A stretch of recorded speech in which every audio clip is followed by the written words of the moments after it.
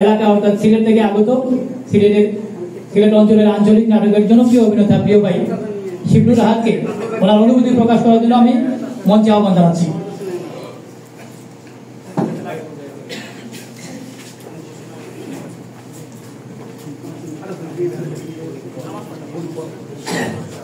বিসমিল্লাহির রহমানির রহিম। মনির খান সংসদের গর্বের দেশ পঁচিশ পূর্তি উপলক্ষে আজকের এই মহতী অনুষ্ঠানের সম্মানিত সভাপতি, অনুষ্ঠানের বিশিষ্ট অতিথিবৃন্দ এবং সামনে উপবিষ্ট ভাইয়েরা, আসসালামু আলাইকুম রহমতুল্লাহি ওয়া বারাকাতুহু। আসলে আমি সিলেটের ছেলে।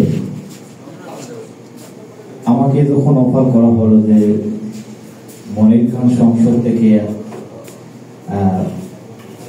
আসলে পুরস্কৃত না, আপনাদের সাথে বসার একটা সুযোগ আমাকে দেওয়া হবে, আমি আমার এই জিনিসটা আসলে ভাষায় প্রকাশ করার মতো না। আমার এত আনন্দ লাগছে যে আমি সারা জীবন যাদেরকে আইকন মনে করতাম, Monir Khan sir, major Khandakar sir, পলাশ স্যার, সবাইকে আমি সবসময় ক্যাসেটে গান শুনছি বা টিভিতে দেখছি, কখনো সরাসরি দেখার সুযোগ হয় নাই। তখন আসলে নিজের কাছে বিষয়টা অন্যরকম মনে হয়েছিল। আজকে যখন এখানে আসতে পারলাম, এসে সবার সাথে যখন আমি বসলাম, এখানে আপনাদেরকে দেখলাম, আমার অনুভূতিটা আসলে আমি কি বলবো, ভাষা হারিয়ে গেছি। আমার আসলে বলার মতো কিছু নাই। সত্যি একটা অনুভূতি প্রকাশ করে আমার বক্তব্য শেষ করব। আমার বাবা একজন সেনা অফিসার ছিলেন, একজন কমান্ডো সার্জন ছিলেন।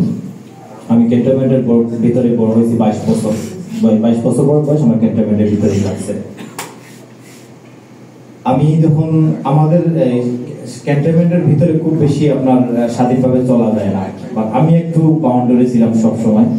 আমি স্যারের ওই ক্যাসেট কিনতাম, আমার স্কুলের টিফিনের টাকা থেকে বাঁচাইয়া 23 টাকা ক্যাসেট ছিল, ওই ক্যাসেট কিনতাম 23 টাকা, বিভিন্ন বন্ধু বান্ধবের কাছে 1 টাকা 2 টাকা 3 টাকা করে নিয়ে ক্যাসেট কিনে আমরা তখন ক্যান্টনমেন্টের ভিতরে নিয়ে অ্যাভেলেবেল বাজানো যেত না, উচ্চ শব্দে আপনার গান বাজনা করা যায় না। ওখানে আমরা শুনতাম চুপি চুপি, আমরা কিছু বন্ধু বান্ধব ছিলাম। ওখান থেকে আসলে মিডিয়ার অনুপ্রেরণা।